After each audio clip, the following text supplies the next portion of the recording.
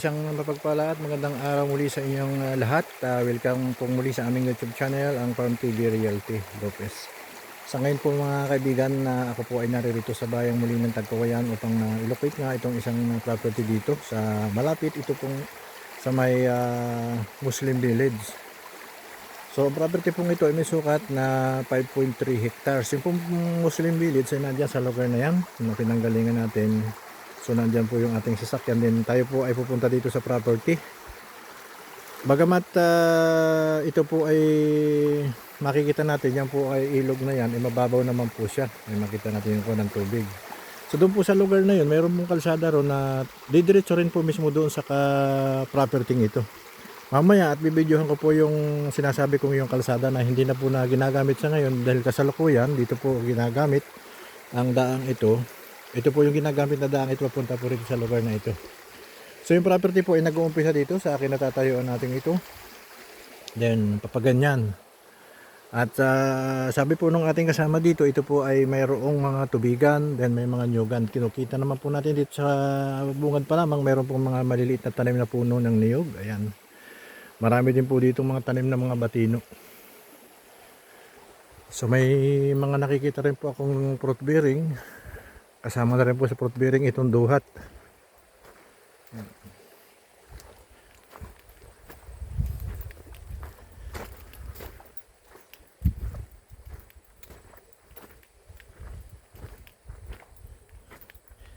Asan yung tubigan nito?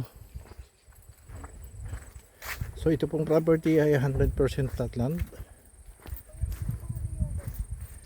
Ayun, yung pong mga nyuga na yun na nakikita natin, yung po ay kasama dito sa ating ilo-locate na property. Tama nga po, yung binanggit ko kanina, yung kalsada ro na pinanggalingan natin ay tumutumbok doon sa property ngayon. So dito nga lang po tayo dumaan kasi medyo malapit dito.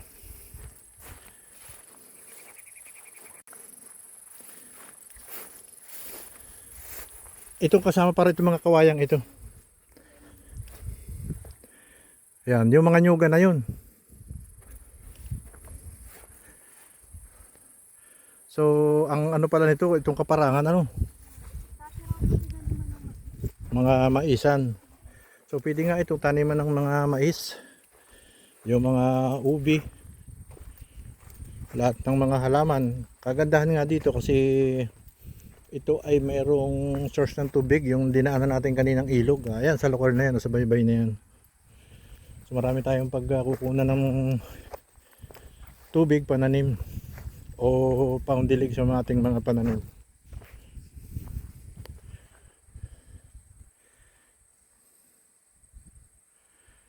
So yung halaman yan, di ko alam kung anong klaseng halaman yan, yung mga tinatanim. Rubber tree.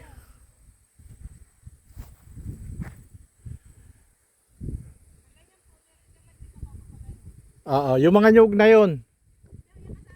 Di na pala kasama itong mga nyug na nakikita natin na yun. So hanggang dito lang ho pala yan. So, yan, mga kawayang yan. Hanggang doon yung wala pong tanim na yan. Bali yung pinakang boundaries nila yung mga nyug na yan. Then itong mga nyug na yan, yan po ay kasama dito sa property. So ang magandang gawin dito ay yung alagaan po ito ng mga hayop. Yung katulad ng mga baka. Yan. Kasi gala dito ang mga baka. Mayroong mga babakuran na lang yung mga pag-itang yan para hindi makalabas. Gala na sila rito sa kaparangang ito. So pwede rin naman gawin itong maisan katulad yung nabanggit nga kanina doon sa aking video. Ano po?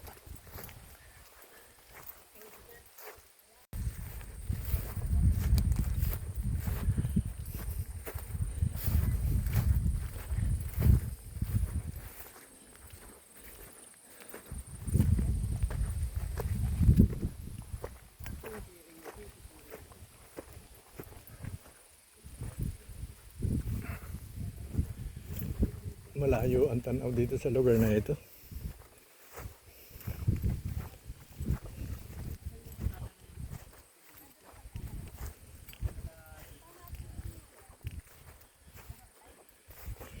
Yang nyugang yan kasama na dito. Kasama yang nyugan.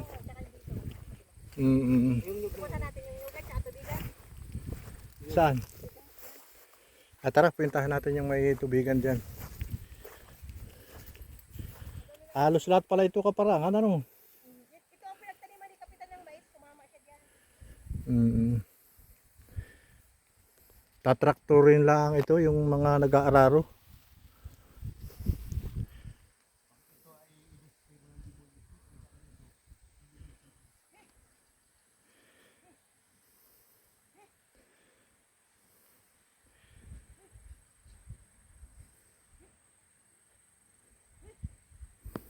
Ayan po yung mga property, yung pag-itan ng property, nakita po natin yung may mga kahoy na yan. Dala po dito yan, yung po mga nyug na yun, yung po hindi nadala.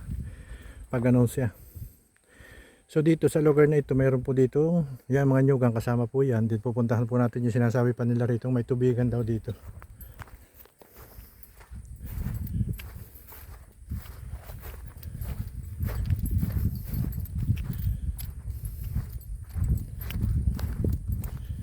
Magaganda naman ang mga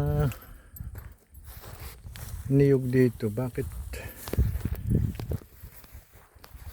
hindi nila ito nataniman yung may-ari ng lupa ito? So, hindi natin alam kung ano ang naging dahilan, kaya siguro binibinta na nila ito.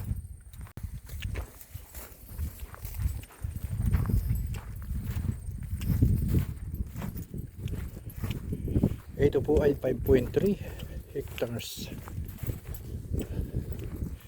Yan po mga nyugan na yan, ating po dadaanan yan po ay sakop dito sa lugar na ito, sa property. Pupuntahan natin yung sinasabi niyang tubigan or rice land dito para malaman natin kung ilang basig or mata.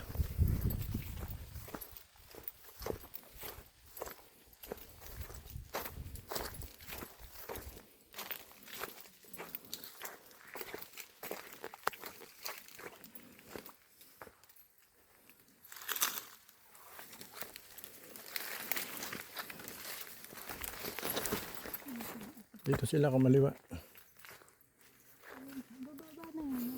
Mabababangan nyo. Maganda naman ang mga nyug dito. Ba't hindi ito tinaniman lahat? Napaka ganda nitong tayo ng lupa. So ba't hindi tinaniman?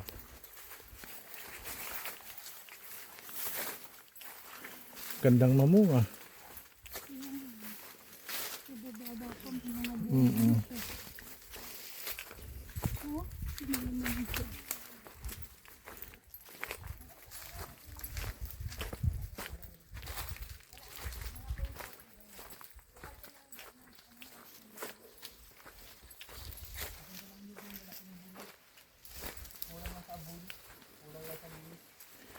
Gaganda ng mga niyog dito, ba't hindi tinaniman kaya lahat ito? Namatay. Ayan. Haba yan dito. Bali sa inyo pala ito, ma'am. Hindi yan sa amin, doon sa stepmother ko. Dito kami sa kabila. Diyan hanggang saan dyan ang pagitan nito sa kabilang yan? Diyan pa sa inaanuhan na yan. Yung mga tubigang yan, makikita natin yan ay sakop dito. Ang ganyan dyan sa ibaba. Yan yung tubigang yan, dala rito po yan. Yan mga tubigang yan, kumugsi kasama dito. Oo, kasama yan. Sino nag-intindi na yun? Nakasanla yan. Yung tubigan? Sinala natin dito. Yan lang doon.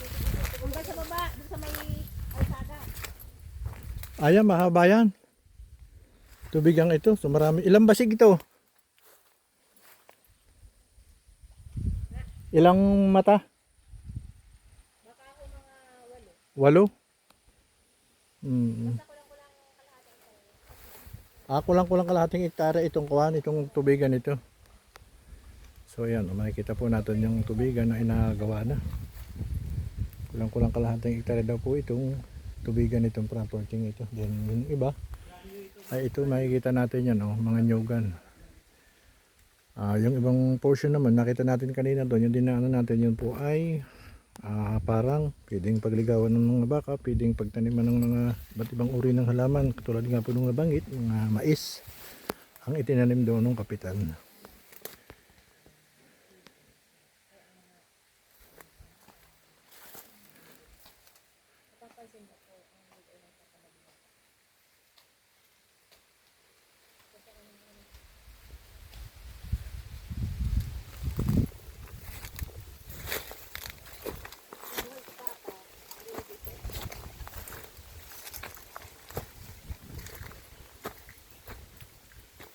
Malaki rin pala itong portion ng may tanim na niyog, ano? Doon pa oh, yung tikita sa gitna. Mm. May taniman lang ng palay, mais, Ah, limon. nakaseparate na pala. Tapos yung ano, panabi doon, niyog din ang tanim doon.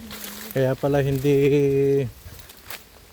tinaniman ng mga niyog. Yung pala ay nakaseparate na taniman ng mga mais. Hmm?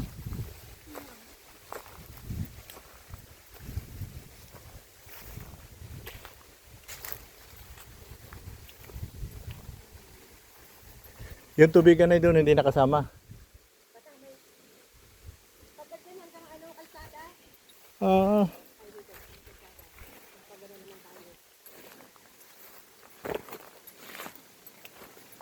okay, kasama pa po pala itong tubigang ito.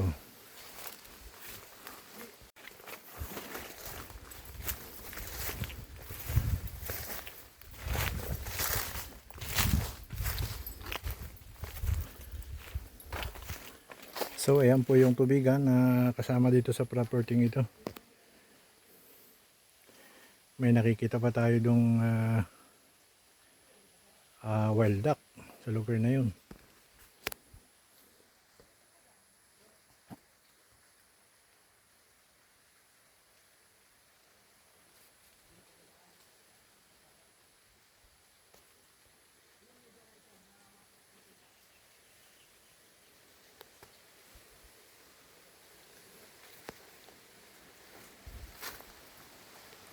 Kaya po pala hindi natataniman yung dinaanan natin doon kanina, yung unang bahagi.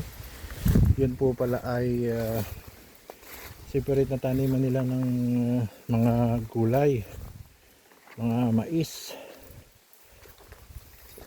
Kaya hindi po pala nila ito ano yun nataniman. Ito lang pong lugar na ito ang mayroong mga tanim na niyog. Din doon sa may palibot kanina nakita natin doon, yun yung may tanim.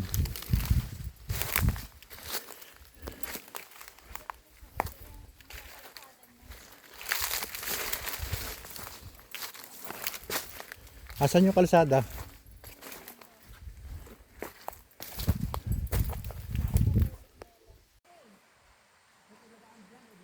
So bali ito'y kasama pa doon sa 5.3 hectares nating nilocate. Ayan oh, may mga nyug na ito sa lugar na ito. May mga tanim. Mayroong fruit bearing din.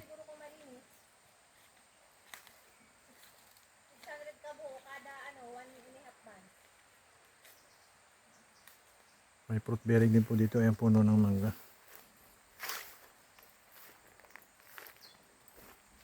So kanina guys, doon po kami dumaan sa lugar na yun. Oh. Doon, yung tinawid natin kaninang ilog doon. So ito yung sinasabi ko kanina doon sa aking video na kalsada. Ito po. Oh. Ito po yung katugunan. Dito po tayo ngayon dumaan. At nakita naman po natin yung mga bagyas ng kalsada. Medyo masukal na lang nga po at hindi na nga po ito nagagamit. So yung Muslim village ay narito sa lugar na ito. Sa lugar na yan. So ayan po yung ating mga sasakyan, mga motor. O, pero kung panag-araw naman po, pwede naman po dumaan doon sa lugar na yun ang 4 wheels. Okay. Hanggang dito lamang po mga kaibigan ng aking video. At nakikisuyo po akong paki-like and share na lang po ng mga ini-upload naming video. At doon po sa mga hindi pa nakasubscribe, paki-subscribe na lang po ninyo ang aming YouTube channel. Okay, isang maganda at mapagpalang araw ng muli sa inyong lahat. Maraming salamat po. Okay, bye-bye.